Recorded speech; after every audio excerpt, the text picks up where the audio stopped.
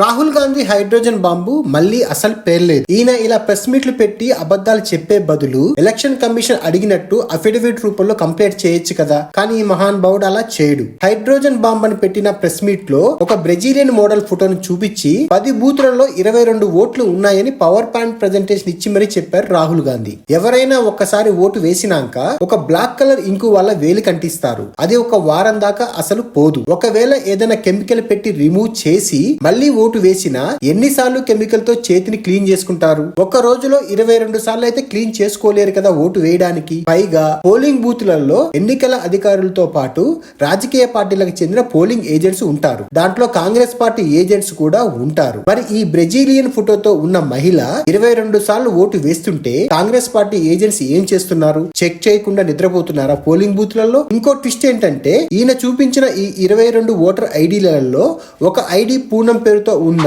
IXZ0344028 ఈ voter ఐడిలో ఉన్న మహిళ ఫోటో బ్రెజిలియన్ మోడల్ అని చెప్పేసి రాహుల్ గాంధీ చూపించారు. కానీ మీడియా వాళ్ళు వెళ్లి చెక్ చేస్తే ఆ మహిళ హర్యానాలో రాయ్ అసెంబ్లీ నియోజకవర్గానికి సంబంధించిన మహిళ. ఆమెకి 2012లోనే ఓటర్ ఐడి కార్డు వచ్చింది.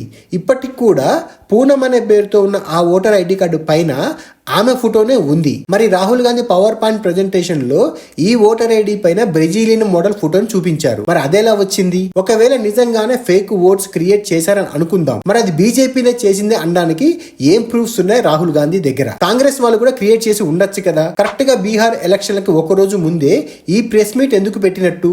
ఓటర్స్ ని ప్రభావితం చేయడానిక? ఇప్పుడు ఈయన పెట్టిన ప్రెస్ మీట్ ని బేస్ చేసుకుని కొన్ని యూట్యూబ్ ఛానల్ బిచ్చపోలు వీడియోలు చేస్తారు అమ్మో ఘోరాలు జరిగిపోయాయని. రాహుల్ గాంధీ ఇలా ప్రెస్ మీట్లు పెట్టి ఫేక్ ఓట్స్ ఉన్నాయని చెప్పేసి ఆరోపణలు చేస్తుంటాడు. ఇంకోవైపు ఇదే రాహుల్ గాంధీ అలాగే ఇండియా కూటమిలో ఉన్న రాజకీయ నాయకులు ఎలక్షన్ కమిషన్ చేస్తున్న SIR ని వ్యతిరేకిస్తారు. ఇదేం డబుల్ స్టాండ్? మళ్ళీ రాహుల్ గాంధీ ఏమంటాడంటే డెమోక్రసీని కాపాడడానికి జంజీ ఉద్యమాలు చేయాలని. జంజీ ఉద్యమం అంటే నేపాల్ తరహాలో దేశంలో అల్లలు సృష్టించి తనని ప్రధానమంత్రి చేయమని చెప్పేసి యువతకి సందేశం ఇస్తున్నాడు రాహుల్ గాంధీ. అసలు ఈ కాంగ్రెస్ పార్టీ నాయకులకి ఏమైంది? అధికారం కోసం ఇంతలా ఎందుకు దిగజారుతున్నారు? ఎన్నికల్లో గెలవడం కోసం ప్రజాస్వామ్యాన్ని అలాగే దేశ ఆర్మీని కూడా అవమానపరుస్తున్నారు వీళ్ళు. అఫిడవిట్ ప్రకారం రాహుల్ గాంధీ కంప్లైంట్ చేయనంత వరకు ఎన్ని ప్రెస్ మీట్లు పెట్టినా ఉపయోగం లేదు. ఈ ప్రెస్ మీట్ల వల్ల సోషల్ మీడియాలో కాంగ్రెస్ పార్టీకి సపోర్ట్ చేసే చిల్లరగాళ్ళకి రీల్స్ వీడియోస్ చేసుకోవడానికి కంటెంట్ దొరుకుతుందే తప్ప ఎవరికి ఉపయోగం లేదు. దేశంలో ప్రజాస్వామ్యం చాలా సేఫ్ గానే ఉంది. దానికోసం రాహుల్ గాంధీ కాంగ్రెస్ సపోర్టర్స్ బాధపడాల్సిన అవసరం అంతకన్నా లేదు.